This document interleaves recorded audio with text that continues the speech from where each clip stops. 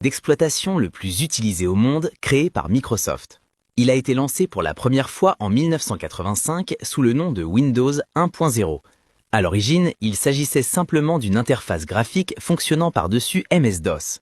Tout semblait très basique au début, mais avec le temps, il a évolué pour devenir un véritable système d'exploitation avec des versions majeures comme Windows 95, Windows XP, Windows 7, Windows 10 et maintenant Windows 11. Ce qui distingue Windows, c'est avant tout sa flexibilité et sa compatibilité étendue. Windows peut fonctionner sur presque n'importe quel PC ou ordinateur portable et est capable de gérer diverses tâches informatiques allant du jeu intensif au travail de bureau et même à la programmation. De plus, Windows dispose d'une interface conviviale, ce qui le rend facile à utiliser pour les débutants. Cependant, Windows peut aussi poser des problèmes. Ses exigences matérielles importantes peuvent rendre le matériel ancien ou moins performant lent.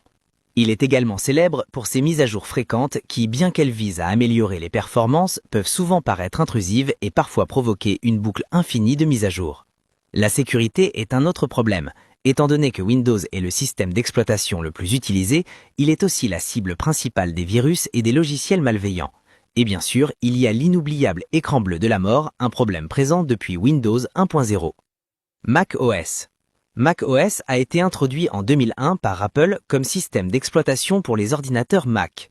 Contrairement à Windows, qui fonctionne sur diverses marques de PC, Mac OS est exclusif aux appareils Apple comme les MacBook et les iMac. Ce contrôle strict sur le matériel et le logiciel rend macOS extrêmement stable, fluide et bien optimisé. Il est particulièrement populaire parmi les professionnels créatifs, y compris les monteurs vidéo, les graphistes et même les musiciens grâce aux puissantes applications intégrées d'Apple telles que Final Cut Pro, Logic Pro et GarageBand. L'un des plus grands avantages de macOS est que si vous possédez un iPhone ou un iPad, il vous permet de synchroniser les messages, appels et fichiers de manière transparente. De plus, il n'y a pas de mise à jour forcée fréquente ou de plantage comme sur Windows, et la batterie peut également durer plus longtemps. Cependant, macOS présente aussi des inconvénients. Étant donné qu'il ne fonctionne que sur les ordinateurs Apple, les utilisateurs sont contraints d'acheter du matériel Mac coûteux, ce qui peut être un frein pour ceux qui ont un budget limité. Un autre problème majeur est le jeu, car les appareils macOS n'ont pas de DirectX ni de GPI puissant ou carte graphique performante. De plus, certains logiciels professionnels ne sont pas disponibles ou sont proposés en version limitée. Linux. Contrairement à Windows ou macOS, Linux n'est pas un système d'exploitation unique, mais une famille de systèmes d'exploitation connus sous le nom de distribution.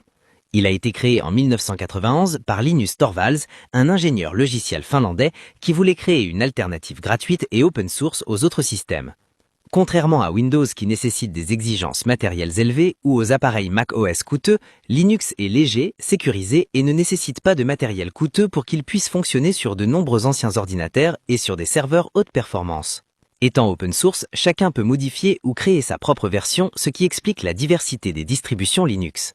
Certaines sont destinées aux utilisateurs classiques comme Ubuntu et Fedora, tandis que d'autres sont conçues pour les serveurs et les professionnels comme CentOS et Debian.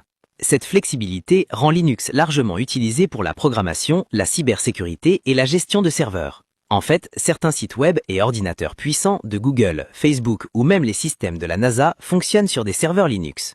Cependant, Linux n'est pas convivial pour les débutants. Son interface est très différente de celle de Windows et macOS et de nombreuses distributions Linux reposent sur des commandes textuelles plutôt que des menus graphiques. La compatibilité des logiciels est également limitée, car la plupart des applications et jeux grand public sont développés pour Windows ou macOS. Les utilisateurs doivent donc trouver des alternatives. Chrome OS.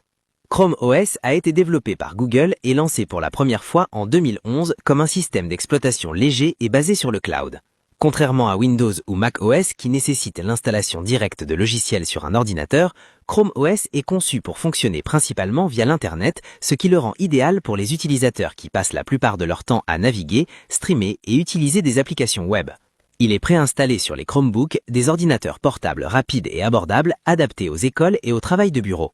Chrome OS démarre en quelques secondes et effectue des mises à jour automatiques en arrière-plan. Il est également très sécurisé car la plupart des tâches sont traitées et sauvegardées sur les serveurs de Google, réduisant ainsi l'exposition aux logiciels malveillants ou la corruption du système. Il offre également l'accès au Google Play Store, permettant d'installer des applications Android, ce qui le rend plus polyvalent qu'un simple navigateur web. Cependant, Chrome OS présente des limites. Son dépendance à Internet le rend moins efficace sans connexion active. Il ne supporte pas de nombreuses applications de bureau, comme les versions complètes d'Adobe Photoshop ou les logiciels professionnels de montage vidéo. Le multitâche intensif est également limité. Android. Android est un système d'exploitation open source développé par Google et le système mobile le plus utilisé au monde. Il est utilisé par plusieurs marques dont Samsung et Xiaomi. Android permet de changer les thèmes, installer des lanceurs tiers et personnaliser presque tous les aspects du système, contrairement à iOS qui a une interface verrouillée. Il dispose également du Google Play Store avec des millions d'applications et jeux. Android offre une grande variété de téléphones allant des modèles économiques aux modèles haut de gamme avec des spécifications puissantes. Cependant, tous les appareils ne reçoivent pas de mise à jour régulière, ce qui peut entraîner des problèmes de performance et des risques de sécurité sur les appareils obsolètes. Certains appareils ont également des applications préinstallées inutiles, bloatware, et le système est généralement moins optimisé que iOS. iOS a été développé par Apple et c'est le système d'exploitation des iPhones et iPad. Contrairement à Android, qui est open source et utilisé par plusieurs marques, iOS est exclusif aux appareils Apple, ce qui donne à Apple un contrôle total sur le matériel et le logiciel. Les appareils iOS sont stables et bénéficient d'un support logiciel à long terme. Même les anciens iPhones reçoivent des mises à jour pendant des années. L'App Store propose également une sélection d'applications très contrôlée et de nombreux développeurs privilégient iOS pour leurs nouvelles sorties en raison de ses normes de sécurité élevées et de ses utilisateurs payants. De plus, l'écosystème iOS permet aux appareils Apple, comme les MacBook, iPhone, iPad et Apple Watch, de fonctionner ensemble de manière fluide. Mais iOS a aussi ses inconvénients. Il est très restrictif, car les utilisateurs ne peuvent pas personnaliser librement leur écran d'accueil, installer des applications en dehors de l'App Store ou transférer facilement des fichiers sans l'écosystème Apple. Les iPhones n'ont pas de stockage extensible, ni de prise casque, et les appareils iOS sont généralement chers, tandis qu'Apple a tendance à réutiliser les mêmes idées sur plusieurs générations d'iPhone. Unix. Unix est l'un des plus anciens systèmes d'exploitation et celui qui a donné naissance à de nombreux systèmes modernes. Il a été développé à la fin des années 60 chez Bell Labs par AT&T et conçu comme un système multitâche et multi-utilisateur, principalement pour les serveurs et l'informatique haut de gamme. Contrairement aux systèmes modernes populaires, Unix est rarement utilisé par les utilisateurs quotidiens. Il est généralement utilisé pour gérer de lourdes charges de travail dans les serveurs de grandes entreprises, les systèmes bancaires et la recherche scientifique. Par exemple, le National Weather Service utilise des systèmes basés sur Unix pour gérer et traiter d'énormes quantités de données météorologiques essentielles pour les prévisions. Au fait, l'installation d'Unix est très coûteuse, à 1 447 $ par utilisateur. Cela signifie que pour une grande entreprise avec 250 utilisateurs, un déploiement complet coûterait plus de 350 000 $. BSD. BSD est une famille de systèmes d'exploitation issus d'Unix, développés à l'Université de Californie à Berkeley dans les années 70.